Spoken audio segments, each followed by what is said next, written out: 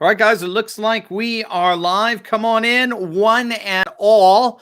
Great to have you guys. I hope you're having a good afternoon, having a great Thursday, February the 4th. So come on in here. Sorry if there's a little bit of we've got a lot of people on our internet right now, on our server and our modem. So I think our modem's flipping out a little bit. So if I see a little kind of edgy there, that's because of that. But come on in. We've got some greetings, folks. There you go, Spoon. Great to see you. Eric, great to see you.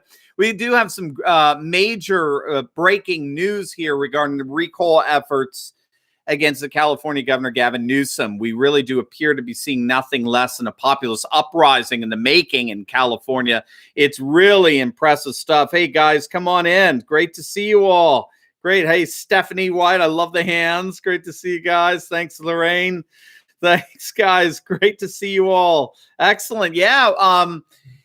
We appear to be seeing a populist uprising in the making in California. Pretty impressive stuff. Newsom's poll numbers are tanking. They are imploding. I'm going to give you a couple of different poll sources for that. All the while, the signatures for the petition to get rid of him, to hold the recall, are increasing by the day. Thank you, David. Very kind of you. Yes. It is funny to see Newsom fall. I'll give you a little bit of insight here. This is from Politico. This just came out at 4:30 in the morning here. Politico's headlines: his polls are sinking. Democrats are mobilizing. The Newsom recall just got real.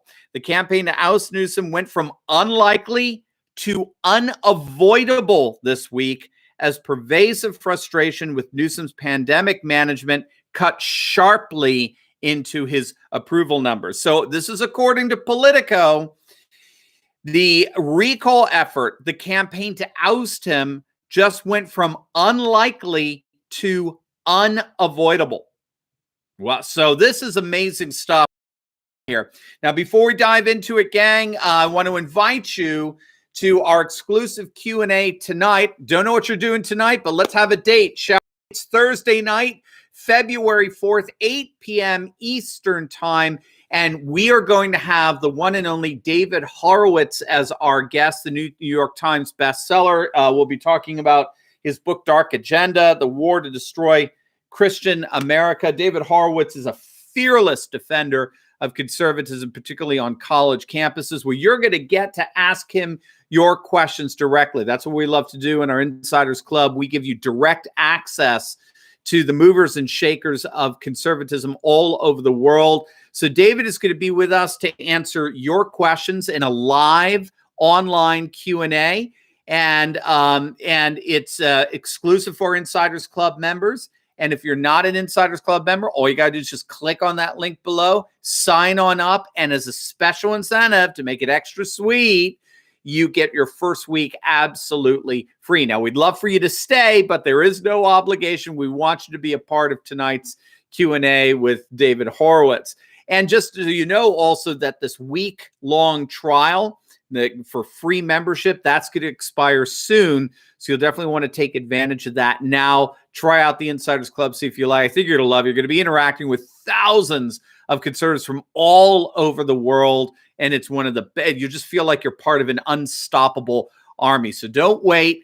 Make sure to click on the link below, become an Insiders member, and you get your first week absolutely free. And I'll see you tonight, Thursday night, 8 p.m., and you get direct access to David Horowitz to ask your questions in our live Q&A. All right. So what on earth is going on in California? I mean, this is amazing stuff. There are two major developments as of today and what's going on in California. First and foremost, Governor Gavin Newsom's poll numbers are plummeting. The second is that the signatures to have a recall petition are almost complete. So let's look at both of these in turn. So this is from the Washington Examiner. I already read for you from the Politico, but this is from the Washington Examiner. And here's their headline: Governor Newsom's approval ratings drop to 31%. And then this is their first couple of paragraphs. A new poll conducted by the University of California Institute of Governmental Studies found that Governor Gavin Newsom's job approval rating plummeted by 18 percentage points in just 3 months. So in October, he had a 49% approval rating. In January, it has dropped to 31%. Also, 36% of respondents say they support the recall effort against Newsom, which has gained popularity even among Democrats. Now, again, to put this into context, if you don't know, we have to remember that in the last gubernatorial election back in 2018, Newsom got 62% of the vote in California. I mean, pretty impressive stuff.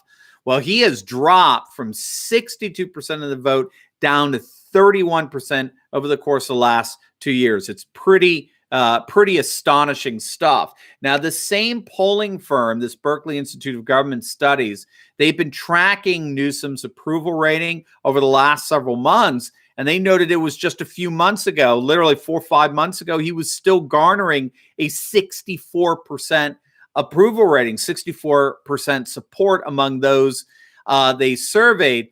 But then they found that a poll it was the beginning of January, showed that he had fallen to 46%, and now their most recent poll shows that he has dropped to 31%. So it's pretty crazy fall, okay? And so now you know it's serious when you start to see how the Democrats are reacting, because California Democrats are getting nervous.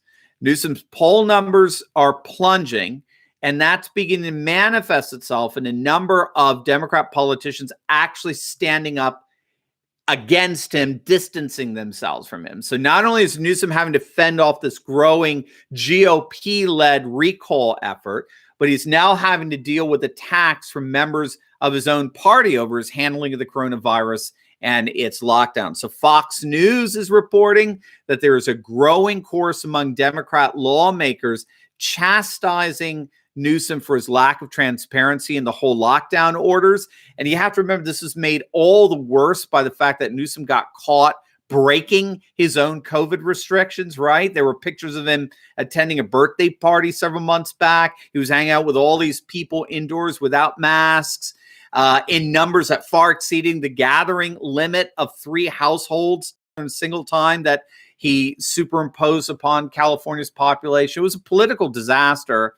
And Democrats are starting to distance themselves from him. And for good reason, because we're seeing the recall petition continue to surge in terms of signatures. All right, so in terms of that, in terms of the signatures that they've collected, as of today, they've now hit 1.3 million of the 1.5 million signatures that they need to turn in by March 17th to force a recall election. They're going to hit that number. I mean, there's literally no doubt on that. In fact, they're actually going for 2 million signatures. They want 2 million signatures by March 17th.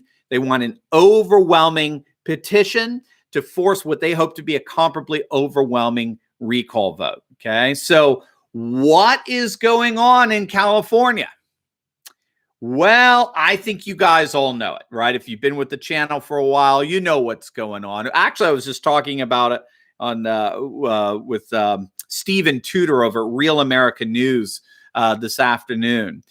What is happening here in California is the same dynamic that we're seeing happening all over the world. By the way, great Greta Thunberg video coming up later on this afternoon. It's getting edited now. Greta Thunberg is actually under investigation right now she's under criminal proceedings in India. India has this nationalist populist uprising that's going on like nothing you've ever seen. Absolutely amazing. And unfortunately, Greta Thunberg, good old Greta, how dare you, has gotten in the middle of it. So make sure you check out that video later on tonight. But what's happening in California is the same dynamics that's happening all over the world. It is nothing less than a massive populist uprising. Now, for us to understand what we mean here by a populist uprising, What we have to understand is that the traditional loyalties towards party and ideology are waning, and they're giving rise to something much, much bigger. Indeed, something potentially bigger than anything we've ever seen before, right? So you guys all know it. We talk about it all the time in terms of like a patriot party or the like. Scholars are calling this process de-alignment, and de-alignment has to do with the waning, actually, frankly, the collapsing of the loyalties that populations used to have to like their mainstream parties, either center right or center left parties, so Democrat, Republican, or Labor and Tory, and they've done studies where they found 50%, say, British population back in the 1960s. 1 in 2 people had very strong loyalties to being either Labor or Tory. Okay. Today, 90% of Brits have no such loyalties. 9 out of 10 Brits have no such loyalties to any party. Okay. And this is the dynamic we're seeing, right? How loyal are you to the Republican Party today? I see it in your comments all the time. No loyalty whatsoever to the Republicans. No loyalty whatsoever. Our loyalty is to the people, right? And that's what's going on here. It's going on all over the world. The new citizen uprising against their respective governments is not driven by any kind of ideological animosity, of liberal versus conservative per se. It's not a political animosity of Democrat versus Republican, as we're seeing with this petition. Democrats are joining it. It was originally a Republican petition against Newsom, but now Democrats are joining it. So the new animosity that's transforming politics and awakening this massive populist uprising is a surging animosity between the people versus the political class, the ruled versus the rulers, the ordinary American versus the oligarchs, right?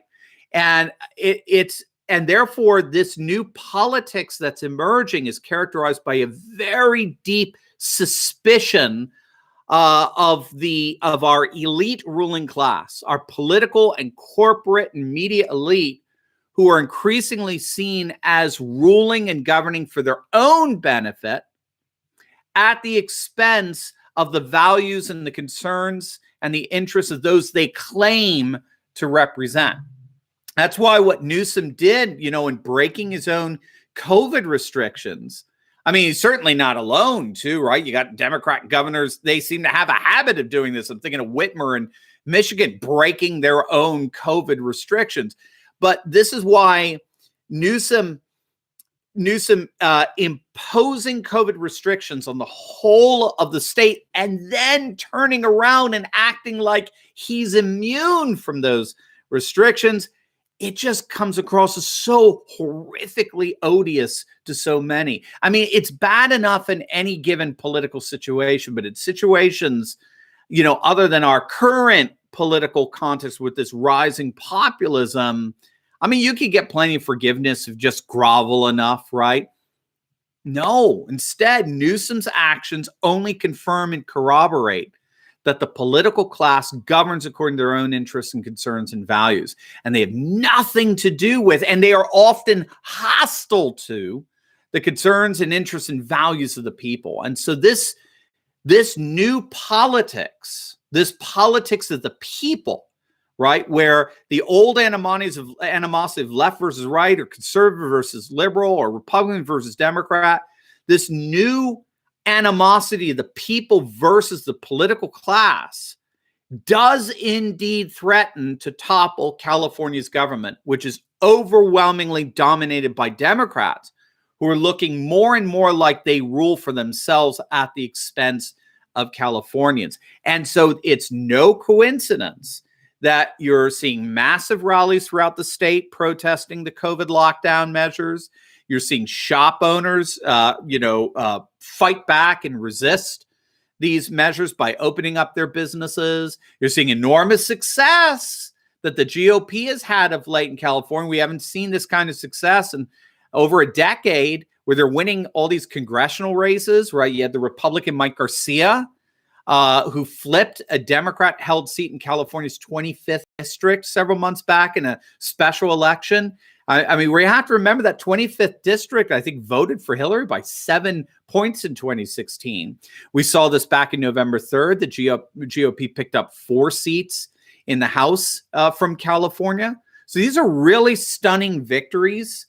And they have California's GOP leaders actually getting confident again. They actually feel like they can make a comeback after years of just teetering on the brink of extinction in California. But they're only going to make a comeback how?